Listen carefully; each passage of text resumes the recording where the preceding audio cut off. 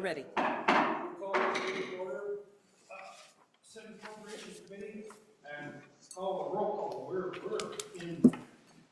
We got a quorum. Senator Anderson. Here. Senator Carew. Here. Senator Nethercott. Excuse. Senator Salzar. Here. Chairman Kinski. Here. First bill to come for us is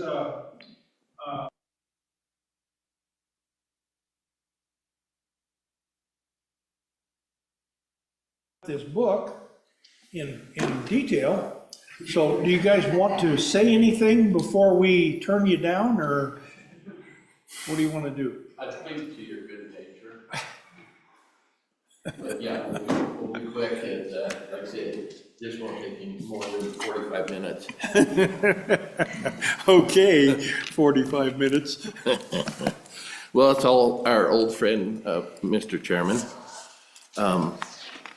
We talked about it just a couple days ago on the Senate floor and passed it. The only thing that's really new, Matt can was going to talk about it a little bit. There's an amendment from Senator Hicks on it.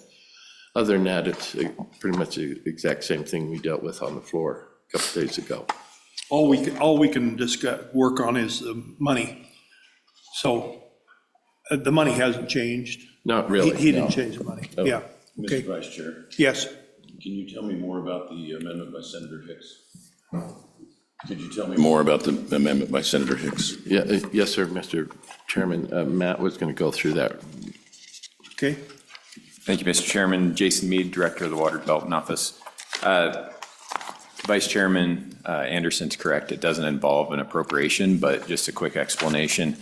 So the Inflation Reduction Act through the federal government, a portion of that act includes about $4 billion for the Colorado River, or drought reduction across the United States, with an emphasis on the Colorado River. So we're expecting that about $500 million or half a million dollars will be coming to the upper basin states. Some of that goes to the SCPP, System Conservation Pilot Program, that you may have heard of through the State Engineer's Office, and fallowing of lands. But then a good portion of that, roughly 375, 400 million, we're expecting will go to long-term conservation projects within the Colorado River Basin within Wyoming. So Wyoming could see upwards of $75, $100 million coming in. And I think it's the desire of the state engineer and the different upper basin states to see that funding come through the Bureau of Reclamation and then be funneled through, rather than the Bureau of Reclamation trying to contract directly with our water users. State agencies would be a better avenue to funnel that through, because we have a long-standing relationship with our water users with our water development projects. So really the amendment just provides us the authority to administer that program should it come through a state agency. And then the same thing for RCPP, which is a Regional Conservation Partnership Program through the NRCS. It's just a conservation program that work with local landowners through the federal government to get conservation on the ground. And we were recipients of $25 million, again, within the Colorado River Basin, to kind of match up with this potential IRA funding, or Inflation Reduction Act funding. So it's just clarification that we have authorization to administer those programs. And follow on? Yeah.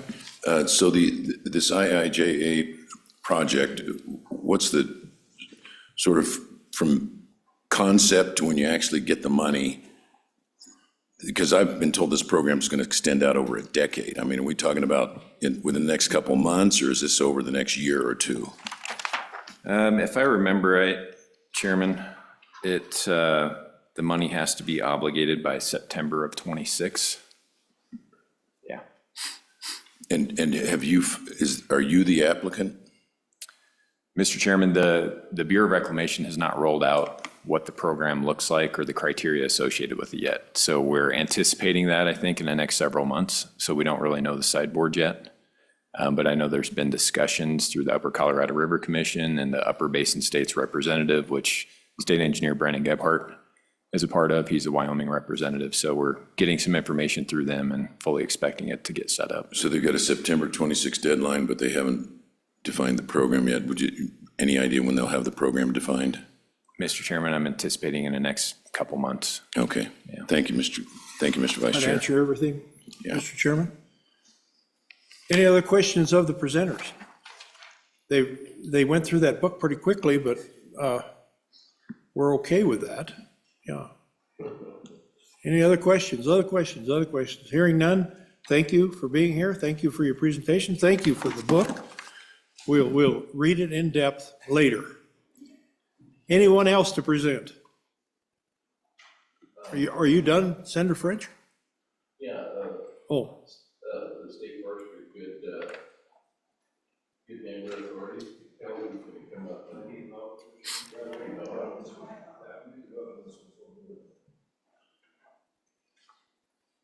you're not moving to the state forestry one, are you? We need to complete this one before we move to the next one. Or is that on House Bill 104? House Bill 43. Okay, just hold your thought there for a minute. Hold on, Senator French, we got to finish up House Bill 104. Any other public comment on House Bill 104? Omnibus water bill funding before we defeat it? Any other discussion? Hearing none, we'll close the public comment. Committee, what's your pleasure? Move the bill.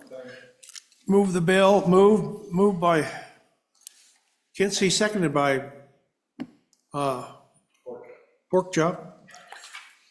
Any discussion, any changes, anybody want to cut tunnels? Anybody want to cut anything? Nope, hearing none. Sensing you're ready to vote, let's vote on this. Linda, would you read the Senator Anderson. aye? Senator Garou. Senator Nethercott. Senator Salzar. And Chairman Kinsky. Aye. That has passed the Senate Appropriations Committee. We don't need to present this on the floor, do we? One of you guys will do that one. We just introduce it and you guys will, who's going to present it? Who's the home committee? Select Water. Are you, Senator French, you're going to do it? Okay, we'll introduce it and you present it. Okay, all right, good, thank you. Okay, the next bill to come before us is House Bill 43, and we've got some people here ready to present on House Bill 43. Thank you, Water Commission. Thank you, Mr. Co-Chairman. House Bill 43, State Forestry Good Neighbor position, sponsored by the Select Federal Natural Resource Management Committee. This is an act relating to state lands, authorizing additional employees funded through the Wyoming State Forestry Good Neighbor Authority, revolving account, and providing for an effective date. And if you go through there, they're requesting 4 full-time employee positions and 6 at will. And if you'll see in the fiscal note, this is all federal money. This is no state money. It's federal money, and it's $6 million. And it would appear that that's for all employees. It's not. It's, and I'll let Kelly kind of go through that, but it's 5.6 million of it is for contractors to do projects around the state. And 400,000 and some change is for the employees, and Kelly can explain that.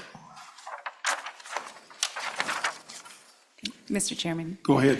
All right, so this bill is really, Name. oh, Kelly Norris, State Forester. So thank you. This House Bill 43, so we already have authority through the Good Neighbor Authority account, and we already have 1 full-time employee and 4 at-will contract employees. These employees are assigned to usually national forests and are doing work on those national forests using these federal funds. What this does is to expand that because it's so successful. And so what we're doing is we're going to go up to 4 full-time and then 6 at will. And that's what this bill is to give us the authority to do that. And with that, because we are going to grow in work, and we already know we are, we're also going to have growth in the contracting side, and that's what you're seeing. And so on the 3rd page, you have a handout. The way LSO rolled it up as 6 million. It looks like it's 6 million in the fiscal note for employees, but it's not. And so what I did is I provided each of you a handout, and on the third page, you'll see that breakout on how we broke it out between fiscal year 24, 25, and 26. And so this is just to, again, we're using that revolving account that we have, which we did ask for an increase in. Projects that we're starting to implement on the ground now are over $1 million. When we're doing rehab on the Mullen Fire, we're doing over 20 miles of rehab work in that fire watershed area. And so as we continue to see that increase in rehab work needing to be done, this is just to, that's what that shows with that 5.5 million in contractual. Questions? I have a question. What are the contract services? What do they do? Are those? Mr. Chairman, multiple things. It can be fuels mitigation. The majority of the contractual that where we're paying work is doing large-scale fuel mitigation projects across in our national forests that are adjacent to many of our communities at risk. The other project work has to do with restoration, such as aspen enhancement work. We did quite a bit of that, actually, in the Buffalo Municipal Watershed. And then we've also done quite an extensive amount of work in just pre-commercial thinning. And that's been done on the Uinta-Wasatch Cache as well as in the Black Hills and the Medicine Bow route. Any pine beetle work in that contractual services? Mr. Chairman, all the forest health work that we're doing is trying to, yes, reduce that amount of pine beetle. So we are salvage work. We haven't seen pine beetle. So if we are salvaging, we're salvaging. We had a timber sale just recently from the Fish Creek fire in the Black Hills that went through this program that the state took on and moved that timber sale quickly through. We have done quite a bit of rehab work from the mountain pine beetle and the Medicine Bow Route National Forest, as well as salvage timber sales in the Uinta-Wasatch Cache and in the Bridger Teton. So we have sold some pine beetle wood to somebody? Mr. Chairman, that is correct. We have an extensive amount of timber sales. In the Black Hills, for example, State Forestry is carrying 12 active timber sales in the Bear Lodge. We have done, we had 3 timber sales just this last year in the Bridger Teton, and we just sold our largest timber sale in the Uinta-Wasatch Cache for 1,400 acres, and all of that went to South and Jones out of the Evanston area. And then on the Medicine Bow route, we are about to sell even larger timber sale that is going to be between State, Forest Service, BLM, and private this spring, and it's called the Twin Pines sale. So, yep. Thank you, Kelly. Any questions? Any other? I do, Mr. Chairman. Yeah. So Kelly, somewhere in YouTube is your screen debut from Earth Day 2010 in Sheridan. It's fun to see that every once in a while. It's good to see you. So who is Nick taking care of the goats now while you're the state forester, or how's that working out for you? Mr. Chairman, thank you so much. When we moved down to Cheyenne, we actually sent the pack goats over the mountain to Warland, and his sister is now taking them, and our nieces take them out up into the Bighorns pack goat, and we meet them up there to take our pack goats out. All right, well, it's congratulations again on the promotion. I'm sure you do a fantastic job. Thank you.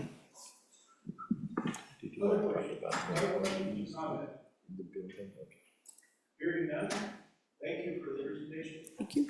Anyone else to present on House Bill 43? No, Senator Lowen? No? No? Anyone from the public would like to present? Anyone on Zoom? Like people?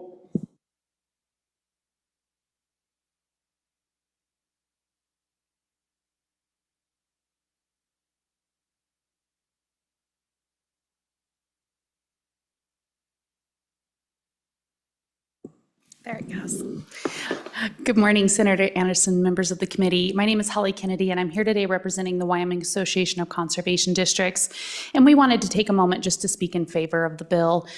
Many of our districts, in particular the Weston, Crook, and Sublette County, have worked very closely with good neighbor authority positions to do meaningful conservation work to the forests in Wyoming. And we just wanted to speak to how important these positions are. And I believe we've all seen the condition of many of our forests around the state. And in our opinion, this is one of the most impactful things that we can do to bring this authority into the state to improve forest health and subsequently water quality and rangeland health. So just would like to speak in favor of the bill.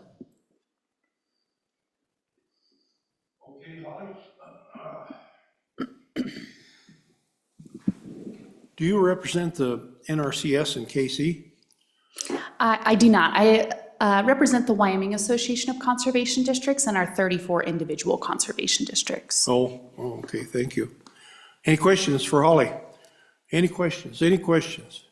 Hearing none, thank you for your presentation. Thank you. Thank you for being here with us this morning.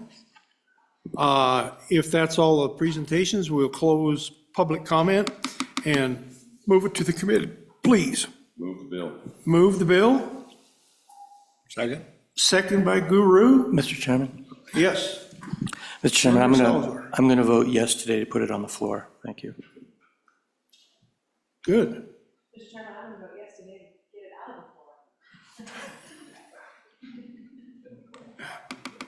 the floor. Anything else? Anything else, committee? No?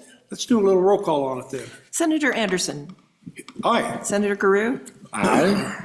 We've heard Senator Nethercott's vote, as well as Senator Salzar and Chairman Kinsky. Aye. So House Bill 43, state forestry good neighbor positions. So who's the home committee on this? Passes this. It's a select. Select federal natural. Who's going to introduce it? Okay. Kolb or you? Kolb? Kolb's going to take it? Okay. We'll introduce it and turn it over to Kolb.